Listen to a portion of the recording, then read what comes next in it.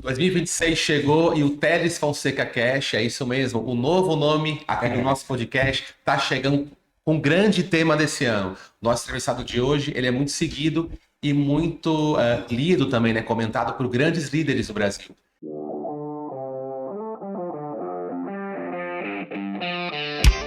Você está assistindo Teles Fonseca Cast, o podcast do direito. Ele vem para fazer grandes análises aqui pra gente. Quem é o nosso entrevistado? Nosso querido Marcelo Nata. Pô, que prazer te ter aqui, cara. Prazer é meu, cara. Esse convite já estava pendente há um tempão. É Eu tava verdade. esperando esse convite. É verdade.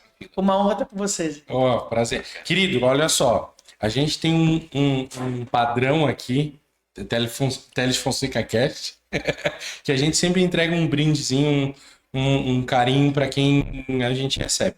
Hoje, especificamente, a gente não vai entregar o mesmo dos outros. Tu vai ser um pouquinho diferente. Tu vai ganhar uma camisa nossa, tá? Muito obrigado, querido. Mas a gente normalmente entrega uma xícarazinha personalizada, uma agenda, só que a gente não teve tempo hábil porque Eu vou dar tu mais a acabou... camiseta do que a xícara. É verdade. Tu acabou vindo essa semana, a gente não teve tempo hábil de fazer, tá? Mas ó, aí ó, Teles Fonseca Cast. é isso aí, é isso aí, Obrigado, pessoal. é isso aí. Por estar do meu lado. Não, é isso aí. Essa conversa. Querido, eu queria começar. A gente já se conhece há um longo tempo, eu e tu especificamente. Até antes do Maurício, inclusive. Mas tem muita gente que eu acho difícil, no caso, não sendo da política, talvez, que talvez não te conheça. Eu queria que tu te apresentasse, dissesse, né, um pouquinho da tua trajetória e contasse o que tu faz, um pouquinho da tua empresa, se tu quiser. Eu sou de formação administrador, na verdade. Né? Então, eu caí na comunicação por um acidente. Sim. E, na verdade, eu comecei fazendo eventos. Cara. Vim do mercado de eventos, trabalhei muito tempo no P12 aqui, trabalhei em várias baladas aqui na cidade. E sempre nessa perspectiva de levar pessoas, de fazer pessoas irem a eventos, Sim. coordenar times de mobilização para eventos naquela época. E foi uma coisa muito natural. Assim, na verdade, em 2012, eu trabalhava com eventos, gerenciava uma grande equipe de promoção. Sim. E aí o Ed Pereira era candidato a vereador em 2012. Sim, sim. E aí o Ed... Primeira eleição dele. Primeira Né? eleição do Ed. O Ed fala, pô, Marcelo, tu é bom de rede social, tal, você tem um time bom de promoção, pô, me ajuda, tal. Claro. Cara, ele foi eleito. A gente nem sabia o que estava fazendo. Foi uma coisa meio tipo, a gente ajudou ele, o mérito obviamente nunca é individualmente de uma parte, né? Sim. Ele era um cara muito leve naquela época, né? Sim. Social, tal, para produtaço. Assim. E tinha um discurso diferente. Sim. Assim como ele, o próprio Pedrão, era o mesmo nível. O Bruno Souza também. É verdade, verdade. Mesmo pacote. É. E, então, assim, era um momento muito leve, um cara muito fácil pra gente. Mas eu não sabia nem o que era uma eleição proporcional. Não sabia nada. Nada. Sabia que já tem que votar nesse número aqui, vamos embora. Foi tipo isso. Em 14, por a gente ter trabalhado o digital do Ed, a gente tinha indicado para 4 candidaturas. Ok, cara. Aí, só que o que acontece? Em 14, digital era um negócio assim. Sim. Bem. Digital era postar. Era postar, pô. Era tudo muito simples. Então a gente faz, em 14, a gente faz Zenéas Cara Estadual. É legal falar no podcast de Santa Catarina que as pessoas conhecem os nomes. Sim. A gente não conta essa história em outro podcast, não dá nem Não vai dar.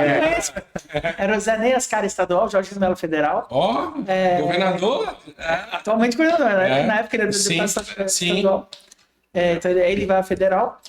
E a gente atua também duas eleições majoritárias daquele ano. Paulo Bauer era governo e o Paulinho a Senado. Muito artesanal, muito simples, muito secundário. Aquela coisa, tem um digital lá, tem uns meninos. Coisa muito assim. Costumo dizer que se tinha um corredor, a gente era a última sala do corredor. Aquela coisa assim, tem uma molecada aí que faz coisa de internet. Mas era uma coisa do tipo assim, a internet não é importante. Isso aí Sim. E acho que a gente contribuiu de alguma forma, ainda que de forma um pouco marginal, nessas eleições dos 2 deputados. Sim. Se elege o Zé Ney e o Jorginho. Zé Ney e o Jorginho. E os majoritários não vão nem ao segundo turno. Sim. O Paulinho quase ganha, né? Perde pro Dário no ajuste, mas o Paulo não vai nem ao segundo turno. Em 16 desse recall, ainda com a internet muito secundária, a gente participou de várias majoritárias, a principal foi o Jean Loureiro. Uma eleição muito de ajuste, e foi uma eleição que eu pude trabalhar com pessoas muito legais. para mim, talvez das grandes referências aqui do estado, que é o Bernardo Lopes, Aham. que hoje nem está mais no mercado eleitoral, está em outra área, em outro Sim, mercado, né, aham. de esporte, uma outra coisa. Mas eu trabalho com o B na eleição do Jean. Mas eu posso fazer vontade. uma parte? Essa eleição do Jean, eu participei de forma muito aproximada, que eu fui cabo eleitoral de um candidato a vereador que era da base do Jean. E o que me deixou muito... Foi marcante. O Jean, ali, ele já foi um cara diferente. Disruptivo, ele estava muito na frente do digital. Exatamente. Então, tudo ele postava, Pra ter ele... uma ideia, cara, se a gente fala, por exemplo, do Bruno, que hoje é secretário da organização, Sim. o Bruno tava nesse time como o cara que andava com ele, cara. Sim. Então, assim, a gente tá falando de um time que todo mundo que tava ali era bom. Tinha muita gente boa naquele projeto. Profissional de verdade, né? Não, era muita gente boa em volta. É. E era gente nova, mas que eu acho que teve um talento ali das pessoas do entorno do Jean e dele, de montar um grande time. Tinha Sim. um grande time ali. Sim. E foi uma grande escola para mim. Foi o meu primeiro trabalho com um grande marqueteiro. O Bernardo, eu falei para mim, se tornou depois uma referência máxima para mim. E, enfim, a gente tem aquela campanha. Em 18, tem a grande virada de chave. 18, a legislação muda, passa a permitir mídia paga nas campanhas eleitorais. Para nós, isso era uma realidade de uso há 10 anos. A gente já usava em eventos desde sempre. Funcionamento, tráfego pago, já usava tudo isso. Quando essa chave vira em 18, para nós, muda tudo. Porque antes o digital ele era secundário, o digital era questão de mobilização, era muito mais guerrilha do que de fato digital, do que de fato uma ferramenta de mídia. Em 18 tu tens a possibilidade de pagar para falar com quem tu quiser, e tu pode pegar um político que não tem audiência e passar a ter audiência comprando ela. Sim. Isso gera um impacto imenso nas campanhas. Em 18 a gente participa Jorginho Melo Senado, time com o Bernardo, então eu trabalho com o Bernardo com o Jean, e depois com o Bernardo com o Jorginho. A gente faz Chiodini Federal, foi o mais votado do MDB naquela eleição. Hélio Costa Federal, foi o mais votado de todos naquela eleição. Histórica até hoje, né? Não, acho que a Carol passou, né? Detone, né? Detone passou agora. Mas aí depois a gente tem estadual Zé Milton, que naquela eleição, foi a eleição do Bolsonaro de 18, Sim. todos os deputados da Assembleia caíram. Sim. Ele foi o único que não caiu. Sim. Que foi muito legal, e foi legal que o Zé era um político que já tinha alguns mandatos, já tinha trajetória como prefeito Sombrio, mas não tinha rede social. A gente criou o perfil dele no Facebook, assim, sabe, aquela coisa do zero mesmo, assim, foi bacana. E a Paulinha, a primeira eleição, que vem da eleição da reeleição ao prefeito de Bombinhas, e o primeiro projeto dela ali também tocando digital, sempre no digital, tá? Sempre a Paulinha naquele momento... Era uma aposta. Era uma aposta, ninguém... Mas era como produto, e como se elegeu, era muito leve. Super era muito fácil. Eu costumo dizer que naquela eleição a gente vendeu mais, a gente vendeu 3 deputados estaduais nessa campanha. Sim. Um que não se elegeu foi o Galina. Sim. Galina, Zé Milton e Paulinho. E eu conto que naquela eleição, na agência, a agência já é onde é hoje. Essa agência aqui no centro, na sala comprida. Assim. A Paulinha entrou uma vez só na agência, pela sala de reunião, foi até o final, voltou, comentou todo mundo. Oi. A agência inteira votou nela. A gente não pediu voto para ela. Não pediu nenhum voto. Sim. Tinha 3 candidatos. Sim. Quem quiser votar em alguém que nem é da agência, vote quem vocês quiser. Claro. Não vai ser pelos nossos votos aqui, né? Claro. Todos votaram nela. Legal. Mas por quê? Ela era muito leve. A melhor prefeita de Santa Catarina, a terceira melhor do Brasil, segunda Firjan, jovem, leve, aquele jeitão dela. Carismática, né? Numa eleição que essa questão da polarização pesou menos. Sim. Mesmo a gente tenha tido a onda Bolsonaro no primeiro turno, não teve esse alinhamento. Não teve um reflexo tão forte. Teve no PSL ali um impacto, mas eu digo assim, não teve uma exclusão de candidatos. Sim. Como a gente teve na seguinte, assim, descartar o cara por causa disso. Não tinha ainda. Então foi uma eleição muito bacana. Então a gente 18 isso, e daí pra frente muda muito, cara, muda tudo. Porque os políticos, eu costumo dizer o seguinte, a população muda e passa a entrar no digital com muita força. Se a gente tinha, sei lá, 80% da galera tinha... Vamos lá. Se 80% da galera no Brasil tinha internet em 18 e 30% tinha um plano de dados decente, em 2 anos para 20 na pandemia, a gente já tem outro universo. A gente tem conectividade assim, no Brasil inteiro. A democratização do acesso à internet no celular ela é monstruosa. E dos smartphones também. Então a gente tem, tipo assim, a mais simples, ela tem um smartphone lá da Positivo com Facebook e Instagram. Então isso democratiza demais o acesso e faz com que os políticos entendam o seguinte: opa, em 18 isso aqui foi importante, em 20 eu não tenho a possibilidade de fazer grandes campanhas de rua, porque eu tinha pandemia, eleição de máscara, né? loucura. E aí 20 horizontaliza muito essa percepção de que o digital é importante. Em 20, a gente atende projetos aqui no estado vitorioso 53, entre vereadores e prefeitos. Foram 17 prefeitos e o resto vereadores. 22, isso expande vezes 2, 24 expande vezes 10. Que legal. E é isso, cara. Então, Tá milionário, então. Não, você tá trabalhando muito. Já virou um cara que faleceu, é um grande publicitário, é o Duda... Duda Mendonça. O Duda Mendonça do Sul, né? Tá cheio de gente boa por aí. O que pega mais, cara, é que é uma mudança de visão do processo todo. Sim. Então a política não sabe lidar com isso, a comunicação não sabe lidar com isso, está aprendendo. E acho que o que a gente tem conseguido e tem sido foi uma boa aposta para nós lá atrás, no sentido de que já são coisas indissociáveis. A comunicação é um ato político, né? Comunicar é um ato político. E quando tu traz isso pro dia a dia a gente ontem teve essa questão de Jorginho, Carol Detoni, Carlos Bolsonaro, Esperidião Amin. Se a gente for olhar falas deles mesmo, tem uma entrevista da Carol de manhã que dispara a discussão, né? Mas tirando a fala dela, nós temos 1000 notícias com 1000 vieses do que aconteceu ontem. Sim. Narrativas diferentes. E é isso, a política está acontecendo. Sim. Tem um jogo em definição.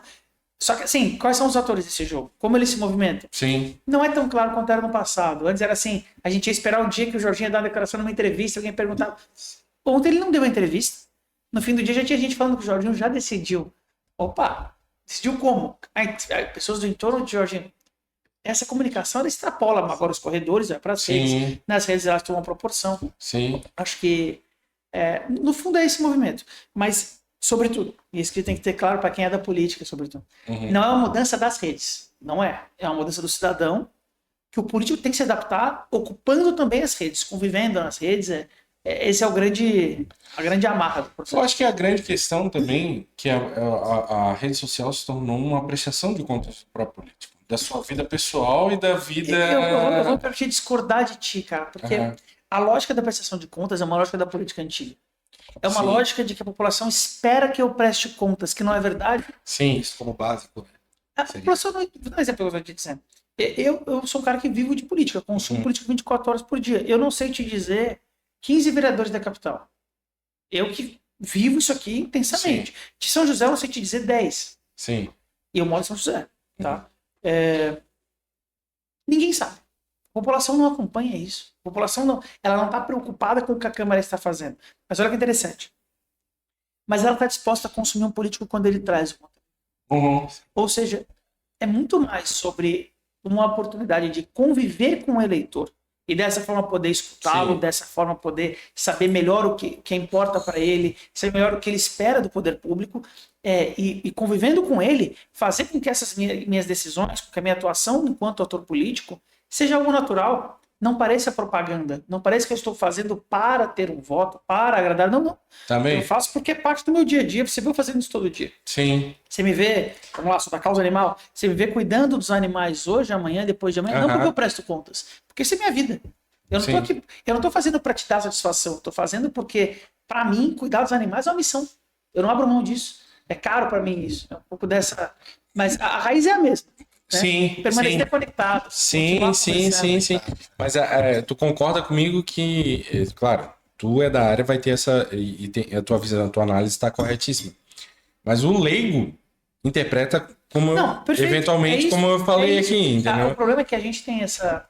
A política está muito presa nisso. Sim. A política tem, e eu digo mais, especialmente os políticos que vieram daquela fase pré-digital, os políticos que vêm de antes de 18, eles estão muito presos a uma lógica como se o eleitor fosse um cliente dele. Sabe? E é uma lógica errada. Porque, vamos lá, vamos olhar aqui para o Estado, vamos olhar para uma Ana Campanholo da vida. A Ana Campanholo fez 300 mil votos quase para deputada estadual. Será que essas pessoas enxergam uma relação? Vamos lá, mas é o seguinte, eu preciso no Nicolas Ferreira. Você já viu alguém cobrando para onde o Nicolas mandou as emendas dele? Não. Não existe isso. Você já viu alguém cobrando, porque o Nicolas Ferreira, ele votou contra...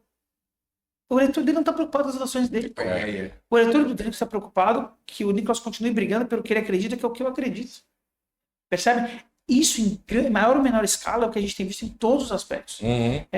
Vamos olhar aqui para... É verdade. Pegar um exemplo aqui mais local nosso. Vamos pensar no Pastrana. O Pastrana ocupa um espaço provavelmente simbólico. Ele é o guarda, o cara que melhora a minha vida, me ensina a viver melhor em Florianópolis, me conta que agora eu não posso andar pelo corredor da direita, porque se eu andar lá eu vou ser multado, que agora é só para ônibus. Ele me explica a cidade. Ah, mas ele não é vereador. Ele é vereador. Está lá nas comissões, ele tem uma atuação legislativa relevante, ele toca as coisas na Câmara. Agora, o que me vincula ao Ricardo Pastrana não tem a ver com atividade projeto legislativa. de lei. Isso não é diminuir o trabalho legislativo. Sim. Mas é entender que é muito mais fácil e muito mais efetivo que o guarda, ou melhor, que o Ricardo Pastrana se conecte com as pessoas, porque assim o Ricardo, em vez dele atender uma pessoa por dia, ele vai atender 500 por dia. Sim. E atendendo 500 por dia, ele certamente será um vereador melhor. Sim. Certamente vai prestar um serviço melhor para a população. E tem relevância, né? Exato. E aí, de novo, a gente pode, muitas vezes a política julga esse tipo de quadro, sabe? A política fala, mas isso aí não é vereador. Por quê? Sabe? Eu acho que a gente progressivamente vai ver as nossas câmaras e, de forma geral, cada vez mais ocupados por políticos que têm mais clareza do que representam. Ah, mas isso vai acabar com o vereador de bairro? Não vai. Vai continuar tendo. Agora, será que esse vereador de bairro vai poder vir no bairro só uma vez a cada 4 anos? Ou ele vai ter que continuar conversando com esse bairro todo dia? Sim. Sabe? Eu acho que tem muito disso, assim. Acho que a política, de forma geral, se apropriou da comunicação, mas é irreversível. O que a gente está vendo hoje, eu conversei sobre isso no outro podcast essa semana. A política tradicional vai investir em comunicação para equiparar com candidatos ditos digitais. E quando isso acontecer, isso já está acontecendo aqui em Santa Catarina, os candidatos digitais vão investir um pouco na política para se distanciar de novo. Sim. Entendeu? Então, isso é interessantíssimo. Hoje, os candidatos que entraram só para comunicação, antes não tinham gabinete, antes não tinham uma estrutura, não tinha nada. Hoje os caras têm estrutura, gabinete, fazem política, têm emenda parlamentar. Isso mudou o jogo. Ele tem agora recursos que ele não tinha na eleição passada. Sim. Aí, claro, tem pessoas que pioram como produto quando viram políticos. Mas os que são capazes de sustentar essa imagem externa, tem muita vantagem. Sim. Existe nós temos uma geração que recebeu várias promessas. E não é no Brasil, tá? De novo, eu não estou falando aqui do governo Lula, do governo Bolsonaro. Isso aconteceu no mundo inteiro, na Europa. Ó. Existe uma frustração. Existe uma coisa do tipo do que a gente poderia ser e não foi. Na minha vez deu tudo errado, sabe? Então, assim, logo na minha vez.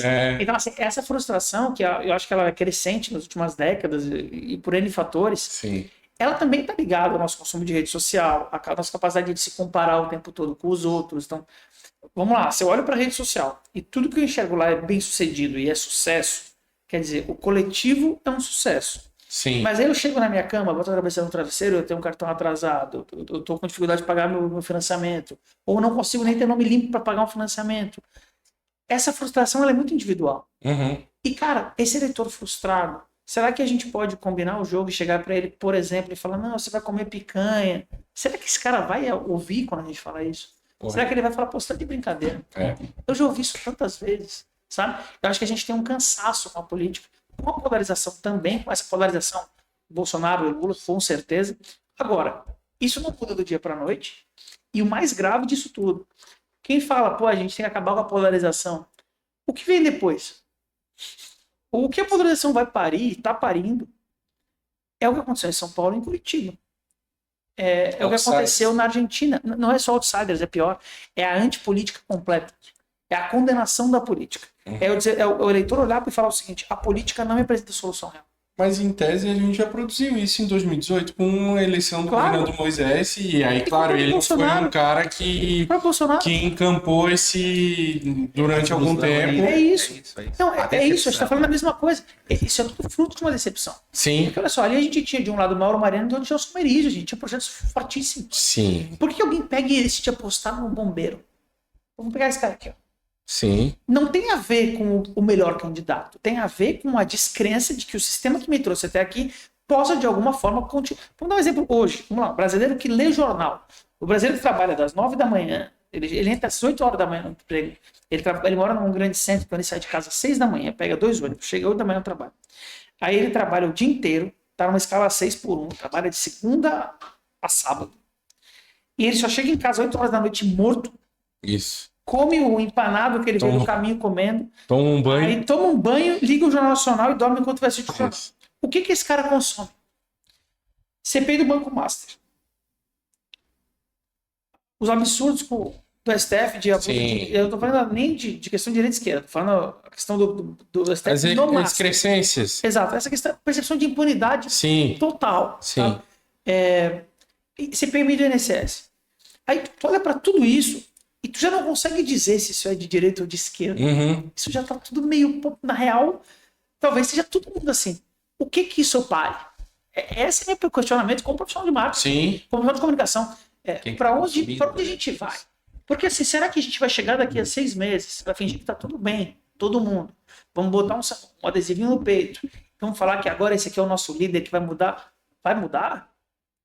Mas como diz o governo, quantas vezes nos últimos anos, velho? Aí alguns vão dizer, o mais bolsonarista vai dizer, mas é porque não dá para resolver o que os caras estragaram em tantos anos. Aí vai ter a esquerda tá nessa encruzilhada de fingir que tá tudo bem. Tá tudo bem. E essa frustração não é questão de comunicação, é sobre como as coisas são percebidas pela população. É a febre, né? Media... Se no governo Lula 1 e 2, o recall afetivo que se tinha daquilo, de que as pessoas conseguiram melhorar de vida, comprar a sua geladeira, comprar a sua coisa, conseguiram ter uma casa própria. Qual é o recall da última década, velho? O que melhorou? Porrada. Cara, deu tudo errado, cara. Então, assim, no médio prazo, a gente pode deixar culpados, a pandemia, 1000 culpados. Sim. A questão é, a população hoje olha para a política com profunda descrença. Aí, às vezes eu conversei isso com um amigo e ele falou, Marcelo, a população sempre desconfiou de político. Verdade. Mas a gente desconfiava de político achando que o ano que vem seria melhor do que o ano passado.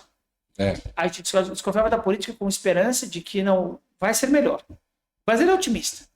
Que eu digo que o brasileiro é feliz apesar de. Ele vai trocando, tá? Agora, como que esse brasileiro que está frustrado, esse brasileiro que está cansado, o livro do Felipe Nunes, o último, Brasil no Espelho, fala sobre isso, sobre o cansaço. Acho que é o capítulo 2 ou 3. Cansaço. Esse cansaço é real, cara. A população tá muito de saco cheio, velho. Mas se tu olhar, desde o rompimento da monarquia, o brasileiro tem uma esperança de dias melhores, entendeu? Total. Isso é culpa da polarização. De novo, eu acho que talvez o nosso único caminho menos pior seja a polarização. Porque o que sobra quando não tem essa polarização é apostas. É roleta. É roleta russa. É tipo assim, vamos pegar esse cara aqui que é o voto do menos pior. Eu não voto porque eu gosto, pelo afeto positivo. Eu voto pelo afeto triste. Eu voto nesse porque eu não gosto desse. Tu é a primeira pessoa que faz essa análise dessa maneira e faz total sentido, né? Porque todo mundo diz que o problema do Brasil é a polarização, né? Essa visão, e sabe o que eu acho mais grave disso? Essa é uma percepção muito presa nos políticos. Eu tenho grandes amigos nos partidos de centro no Brasil. Os partidos de centro são essenciais no Brasil. Eles dão estabilidade, governabilidade, uma série de fatores que bom que nós temos esses partidos. Sim. Agora, cara, essa percepção de que o problema do Brasil é a polarização, ela vem desse político que acha que num cenário que não existisse, por exemplo, direita e esquerda, o Brasil seria melhor para ele. Porque nós teríamos outras diferenças. Sim. Entende? Vamos lá. O Ricardo Nunes é um candidato de direita. Ele ganhou em São Paulo. Ganhou num projeto de centro. Certo? Rio de Janeiro é a mesma coisa, né? Rio também. E é normal que a gente, nas majoritárias, centralize o discurso para ter chance de ganhar, de formar maiorias. E tá tudo bem. Acontece no parlamento, né? Você cede imposições para construir maiorias. E tá tudo bem. A questão qual é? E aí a gente pode criticar a polarização num aspecto. Essa polarização não precisa significar ruptura. Ela não precisa significar o desrespeito. O outro não é meu inimigo. Eu posso não concordar com você. Eu posso não concordar com você, mas brigarei para que continue podendo pensar diferente de mim. Claro. Esse ódio exacerbado, ele tá vindo nessa cauda que, de novo, se eu tenho uma política que não me gera esperança nenhuma, o cara que pensa contra mim não é só alguém que pensa diferente. É alguém que eu odeio esse cara. Ele é o símbolo da minha frustração. Sim. Eu brinco muito com a minha mãe nas palestras que eu dou. E a minha mãe, cara, eu digo que ela é a maior bolsonarista do Brasil. E a mãe mesmo. E ela vai ver esse corte aqui, ela vai falar, obrigada por citar, porque é verdade. Mas, cara, olha que interessante. Para minha mãe, conversando com ela, eu percebo que muitas das frustrações que ela tem, que não são do Brasil, são dela. Ela transfere pro voto. Ela transfere pro Lula. O Lula é culpado disso. É o taco de pancada. Então percebe, esse afeto triste, ele não é sobre o Lula. A minha mãe se pergunta e fala assim, explica aí o que tu acha ruim no governo Lula. É roubalheira. Ela não sabe tangibilidade, ela não sabe dizer o que é. Mas ela vai jogar pro coletivo e de alguma forma aquilo ali só é, na verdade, um depósito da frustração dela. Sim. Entende? Então, assim, e aí quando você fala, por exemplo, mas por que o Bolsonaro é bom? Não, porque ele tirou o Lula. Grande mérito dele. E essa simplificação Que define, né? ela é o que a gente faz hoje. A gente simplifica. O cara chega em casa, vê o Jornal Nacional, 8 horas da noite.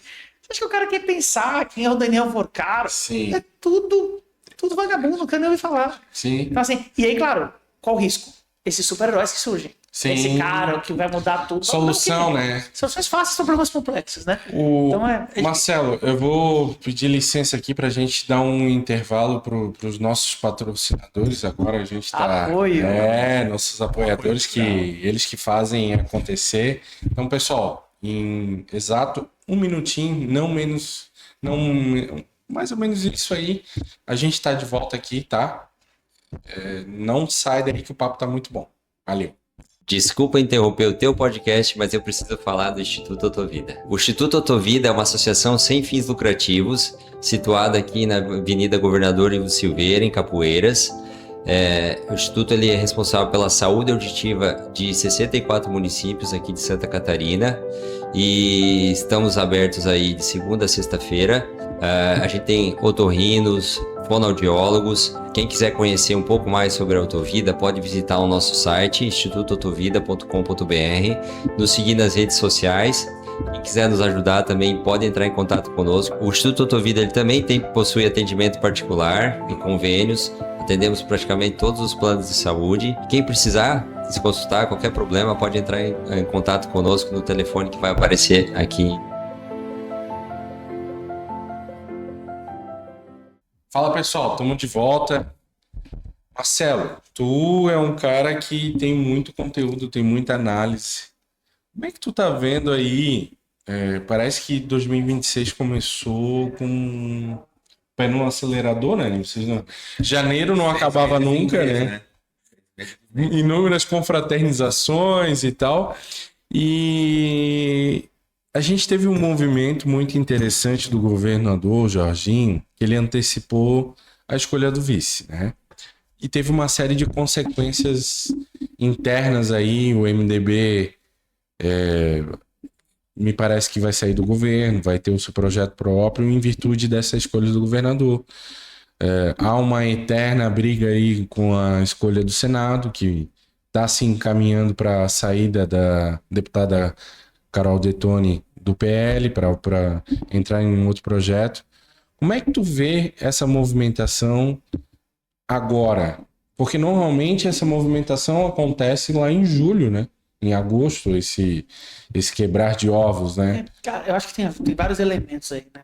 Eu acho que o pano de fundo disso tudo, a gente tem uma mudança de alguma forma, de um eixo de poder do Estado. Sim. Isso tem se deslocado, que com a própria eleição do Jorginho fala muito sobre isso, né? Sim. O Jorginho entra sozinho na disputa lá atrás, constrói uma eleição muito sozinho, né? A galera brincava sozinho Melo,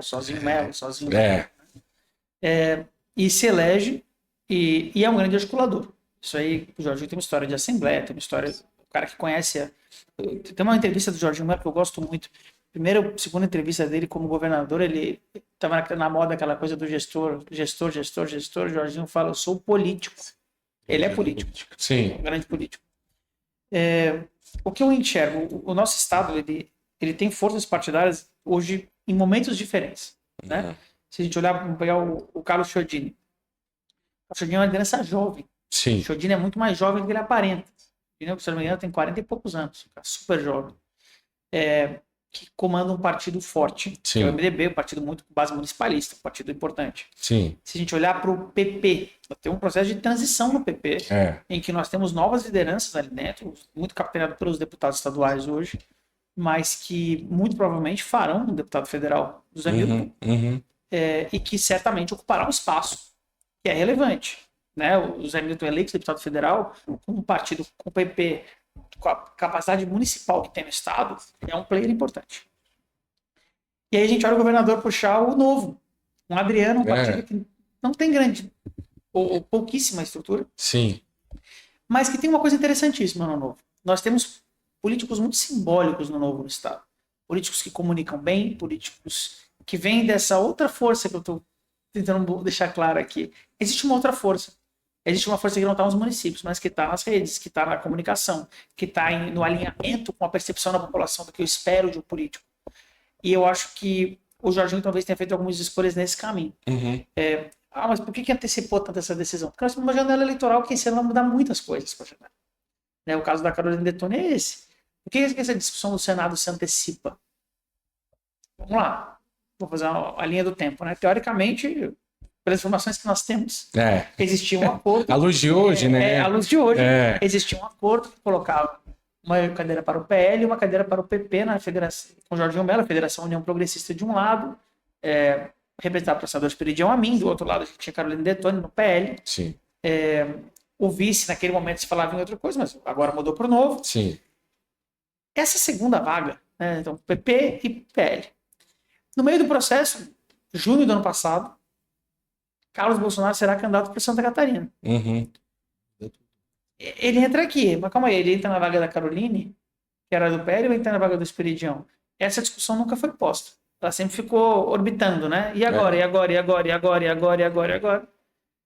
A questão é que daqui a 90 dias, Caroline precisa ter um destino partidário, se quiser ser senadora. Sim. Porque se ela fica no PL, ela pode simplesmente não ser a senadora sem controle dela, mas em outro partido ela poderá talvez negociar, né? Na prática, o que eu enxergo, nós temos uma nova leva de políticos no Estado. Nós temos políticos que não estavam no tabuleiro em 18. Há 8 anos atrás, a maioria dos políticos que a gente está discutindo hoje não estava no tabuleiro. Não era assim, nomes considerados na mesa. Mas se a gente olhar de 18 para 10, não tem esse mesmo fenômeno. Eles já estavam na disputa. Vamos pegar o caso do Jorginho, um político longe, fica muito longe. Né? Vou pegar aqui, 3 importantes de hoje que são longevos. Jorginho, Júlio Garcia, o próprio João Rodrigues. Sim. Esses caras têm uma trajetória imensa na política. São nomes que vieram forjados da política. E a gente começa a encontrar agora, por exemplo, o Adriano, que se elege como outsider, é outra construção. É um cara que vem, é um empresário, né, empresarial, que se elege... Lembra do que a gente falou aqui do Pablo Marçal e da... Sim. O Adriano é esse cara, tá? É um cara que aí. Os caras montaram uma eleição entre Darcy e Fernando Crelli e faltou combinar com o eleitor. E aí vem o Adriano, né? Então, o que eu enxergo é isso. Nós temos uma eleição que se antecipa por motivos óbvios. Nós temos uma transição de poder no Estado, em N aspectos. Hoje é difícil, inclusive, dizer quem são os grupos políticos do Estado. Verdade. É difícil. Nós temos grupos dentro dos partidos, nós temos grupos... É difícil enxergar, né? O próprio movimento do Merizio, a gente não pode ignorar esse movimento. É um movimento que não pode ser ignorado nesse tabuleiro. Verdade. E foi nos últimos dias. A gente olha muito pro Jorginho e tal, mas o Merizio, o Décio, esse pessoal não tá dormindo, poxa. O pessoal tá olhando que tem um cenário ali. E vamos lá. Num cenário em que... mas a esquerda em Santa Catarina não tem muita força. Mas peraí. Se a gente olhar... Vamos olhar para a eleição da capital. O Marquito fez 23% dos votos na capital. Sim. No PSOL, não foi no PT, o PSOL. Sozinho, o PT ainda fez sozinho. O PT ainda fez mais 4% dos votos, sei lá quanto fez. Eu acho que foi isso aí. 5, 7%. Que na capital, 27%. Né? Se a gente olhar o recall do Décio da eleição passada... Foi 30%. É muito legítimo acreditar 35. que com 2 cadeiras ao Senado, enquanto a gente discute se vai ser Caroline e Carlos e Amin, Amin e Caroline, o cenário mais provável entre os 3 é que o Décio se eleja com 2 senadores. Tu é a primeira pessoa, depois de mim, que tá falando isso, tá? Porque eu falei, porque se unifica a esquerda e conquista a E cadeira. mais do que isso, 3 candidatos muito semelhantes, cara. Sim. Em perfil de voto. Sim, igual. As pessoas do eleitorado. Quem vota é o pessoal, cara. Até pra mim tem alguma vantagem nesse aspecto. Claro. Do voto mais enraizado político. E do segundo voto, né? Exato. Mas de toda forma, assim, o meu ponto, volto para cá, existe uma transição no Estado e muitas movimentações. Eu entendo que Jorginho não deve, na minha percepção, não faz más escolhas. Sim. Eu acho que ele pode parecer externamente estar fazendo um jogo difícil, mas ele é o único jogador que joga com a máquina do governo do Estado. É o único jogador que tem um... assim, exatamente. Não, acho que todos calculam, mas ele tem mais recursos para calcular. Ele tem como fazer essa movimentação mais calculada. E acho que o Jorginho não faz essa conta simplesmente para a eleição do ano que vem, para a eleição desse ano. Eu acho que o Jorginho não é favorito. Ninguém vai dizer que ele não é favorito. Claro, é favoritíssimo. Mas, favoritíssimo. E sendo favorito, eu acho que o Jorginho já projeta o que vem depois. sim. Acho que Mas tu não acha que pode ter um efeito, eventualmente, né? Meio ricochete? Com essa escolha, ele pode eventualmente jogar o PP e o MDB no projeto de João Rodrigues? pode. E deixar É que aí são escolhas. um tempo de TV, eu acho que vai ser Não, com certeza. gigantesco ali para ele bater, né?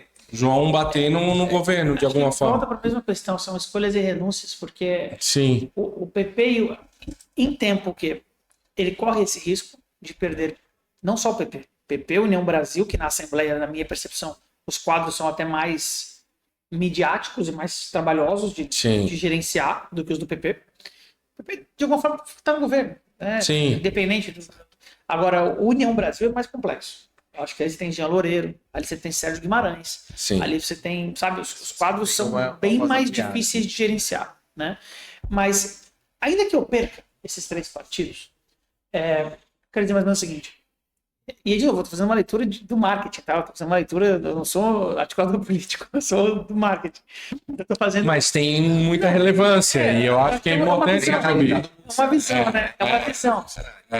Mas assim, eu digo assim, eu quero dizer, deixar claro que eu, sem torcer por lado nenhum, o que eu acredito é assim, de alguma forma, por mais que o Jorginho perca esse arco de alianças para cá e ele faça um grande bloco do outro lado, isso ainda não torna o João Rodrigues favorito. Não. Então, assim, isso ainda vai fazer com que Não, esses só equilibrou um pouquinho a balança. Exato, só que o que acontece? Mas ainda ele tem a vantagem aqui. Perfeito. Só que esses partidos municipalistas, PP, MDB, eles ainda vão continuar precisando. Eles não vão querer ter do lado derrotado. Não de novo. É isso que eu tô querendo dizer. Entende? Então, assim, o custo político também deles, do risco político é muito alto. O que eu enxergo? Que esses partidos hoje vão buscar se valorizar agora, não depois. Vão afastar, mas eu acho muito difícil que eles banquem um projeto totalmente frontal, ao contrário. Eu acho mais fácil, por exemplo, para esses partidos ter projetos próprios nesse momento. Sim. Entende? Porque partindo de uma premissa de uma eleição que deve ser muito disputada no campo da comunicação, da retórica, do discurso, eu não sei se eles estão dispostos a uma fratura tão grande com um candidato que segue favorito. Seria muito diferente se a gente tivesse hoje, por exemplo, vamos lá, se a gente tivesse pesquisas hoje, que eu não tenho, mas se a gente tivesse, sei lá, uma pesquisa se eu desse uma Real Time Big Data que colocasse Jorginho com 43 e João Rodrigues com 34, com certeza nós teríamos outro cenário. Não é o cenário que a gente tem hoje. Hoje a gente tem um cenário de perturbo para o Jorginho. Então, e os partidos lançando candidatos naturalmente fazem nominata boa de deputados. Exatamente. E aí Então, tem implicações. valoriza O que eu acho que tem que ter claro, se fosse resumir minha resposta, achar uma transição simbólica, inclusive, de poder no Estado. Eu acho que o Jorginho faz bem essa leitura. Sim. E acho também que, de alguma forma, tanto o PP quanto a Federação União Progressista e o MDB ainda vai rolar muita água nesse rio, porque existem espaços a ocupar e, de novo, o Jorginho, me parece, não está fazendo um projeto para essa eleição desse ano, mas já vislumbrando o que vem para frente. Eu acho que esses partidos que... eu não acredito nessa história da chapa pura, 100% pura. Eu acho que ela pode ser pura nos quadros, mas ela não será pura na composição. Sabe? Especialmente para vereador, uma eleição sobre validar. É mais ou menos o seguinte. Eu venho aqui na tua rua, que não tem asfalto há 50 anos, e eu não vou te prometer que eu vou resolver a rua, mas porque eu não tenho como resolver. Mas eu vou dizer o seguinte, eu concordo contigo que isso aqui é uma vergonha e que é um absurdo que a população não, que os governos não enxerguem pessoas como vocês, que pagam seus impostos, que na hora de cobrar imposto o boleto vem, mas na hora de cuidar da tua rua, ninguém vem aqui se preocupar com a rua. Eu não estou propondo uma solução, mas eu estou dizendo o seguinte, tu tens razão de estar muito revoltado com a tua rua. Concordo com a tua indignação. Isso é validação. Eu estou validando a tua percepção. É mais ou menos o seguinte, o Topazio faz isso muito bem aqui em Florianópolis, tá? Muito bem. Quando ele assume erros, ele faz isso de uma maneira brilhante. Tipo assim, tempo atrás, o primeiro vídeo que viralizou do Topazio era um vídeo sobre um poste no meio da rua. É aquilo. Tem um poste no meio da rua. É um absurdo. O Jorginho Melo fez um vídeo incrível esses dias, um vídeo que era numa escola em Criciúma. Ele chega e fala, mas assim, vocês viram a manifestação que aconteceu quando eu vim nessa escola em Criciúma, ele foi na escola por um motivo qualquer, chegou lá, tinha uma manifestação por ar-condicionado. E o senso comum vai dizer, pô, Jorge, eu tinha que esconder isso aí. Ele mostra a manifestação e acaba e fala, eles estavam certos. Vamos agora colocar ar-condicionado. Eu não estou dizendo o seguinte, que eu sou o resolvedor de problemas, eu estou dizendo que eu escuto vocês, eu enxergo você. Sim. Eu acho que essa eleição vai ser disso. Então, quando o cara olhar, vamos olhar para a de Florianópolis, quando o cara olhar para um Bruno Souza, ele não vai votar porque o Bruno vai resolver algo, mas porque o Bruno admite e reconhece que aquilo que eu considero um problema é um problema. Percebe? Então, assim, isso empodera os candidatos demais e isso vai além da ideologia, muito além. Sim. Porque isso pode falar de causa animal, isso pode falar de qualquer assunto. Posso falar de saúde pública, posso falar de por exemplo, a gente falar o autismo, claro que é, porque isso é uma população invisibilizada. Se você enxerga essa população, você não precisa resolver, esse é o problema do político, o vício da resolução, não. Se eu sou um cidadão que não espero nada da política, se eu sou descrente em relação à política, por que alguém prometer algo mudaria algo? Eu não quero prometer, eu quero que tu reconheça que isso não funciona. Eu quero que o teu compromisso não é resolver, não. Mas tu estando na mesa lá, você vai brigar por nós. Isso também serve, por exemplo, assim, como é que vão discutir a questão do maciço do Morro da Cruz se eles não conhecem o maciço do Morro da Cruz? Claro. Percebe? Como é que eles vão propor soluções se eles não sabem o que é? É impossível que resolvam. Sim. Tem uma deputada que eu adoro o trabalho dela, deputada americana, chama Alexandra Ocasio-Cortez, deputada progressista. E ela tem um primeiro vídeo de campanha dela, ela fala o seguinte, era uma eleição dentro do Partido Democrata, então era uma eleição interna entre... Isso aí só ia fazer uma cadeira, pensa dessa lógica brasileira. E aí ela fala o seguinte, é hora de nós democratas reconhecermos que nem todo democrata é igual. E aí ela fala o seguinte, é impossível que alguém que não bebe a água que nós bebemos, que não respira o ar que nós respiramos e não pega o ônibus que a gente pega, decida ou represente a gente. Pô, isso é validação pura. Eu não estou dizendo que eu vou mudar. Estou dizendo o seguinte, que quando discutirem, eu vou poder te defender porque eu conheço o teu problema. Então, a emoção principal para mim, neste campo, é a validação. Agora, quando a gente partir para uma análise macro, e aí não relacionando candidato e eleitorado, a grande amarra para mim é essa descrença, é o cansaço. Nós temos uma eleição em que a gente não vai ter muito tempo ou atenção do eleitor para discutir o plano para o Brasil. Eu não acho que vai ser sobre isso. Acho que é uma eleição muito simbólica, que vai ter muito a ver com... que me dá o mínimo de esperança nesse cenário que a gente está, sabe? E aí, por isso que talvez a gente corra riscos, como eu falei, da Argentina, ou de São Paulo, ou de Curitiba, de abraçar alguém, que não estou dizendo que é bom ou ruim, mas de abraçar alguém que me ofereça qualquer coisa diferente do que eu tenho, sabe? Dando um exemplo muito aleatório, tá? Nada científico, assim, só para a gente entender o que eu estou falando. Eu não acharia absurdo se a gente pegasse o Renan do MBL lá e esse cara fizer 10, 15% dos votos. Eu acho loucura achar que ele não possa fazer. Porque esse cara está dialogando com esse cara. Ele é o único candidato hoje que dialoga com esse cara. Que fala mais ou menos o seguinte, o Banco Master tinha que explodir o Banco Master. O cara ele não espera. Se eu não acredito que o Daniel Volcaro possa ser condenado, se eu não acredito que o STF possa ser reformado, se eu não acredito que o Congresso seja sério ou me defenda, por mim, melhor que exploda isso aí tudo e comece de novo. Sim. O que o Renan tem feito é um discurso muito baseado nisso. Acho que o Renan, eu tenho N críticas, tá?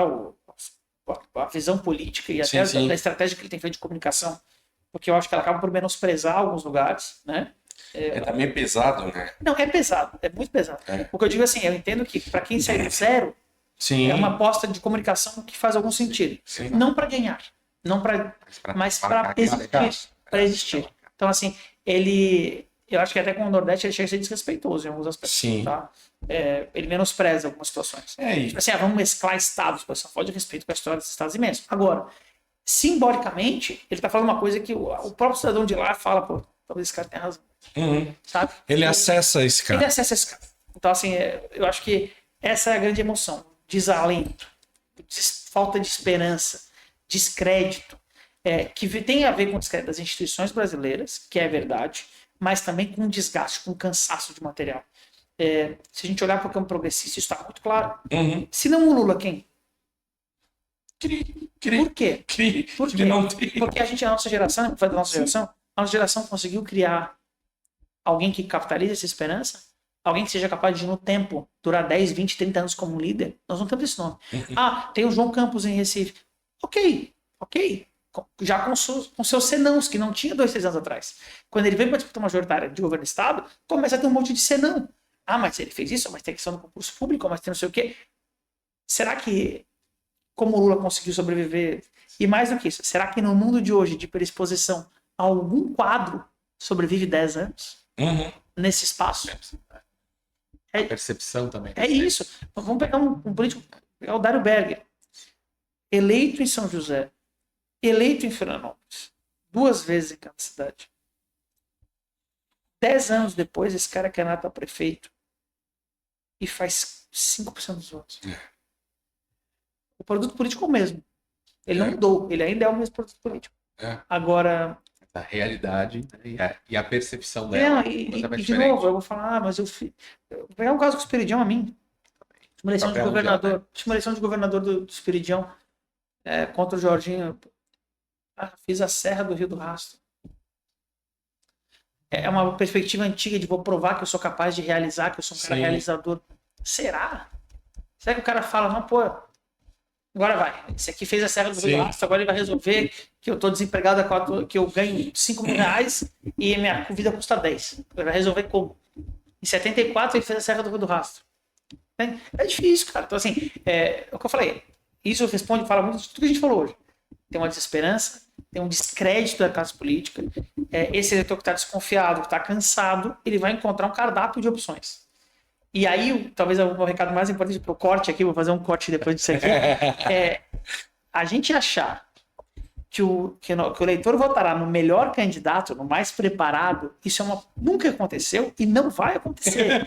A gente vai votar o cara que possa se conectar conosco. Eu não vou querer o melhor currículo, não vou querer o mais realizador, eu vou querer o cara que me dê um lapso de que de algum jeito pode ser melhor. Nem que seja explodindo o que tem aí e começando de novo. Sim, tá? É isso aí mesmo. Esse podcast vai ter que ter segundo turno. Viu? Porra! Natália vai ter que voltar aqui no segundo podcast para a gente continuar falando, porque os temas não param, né? Quem quiser assistir, né?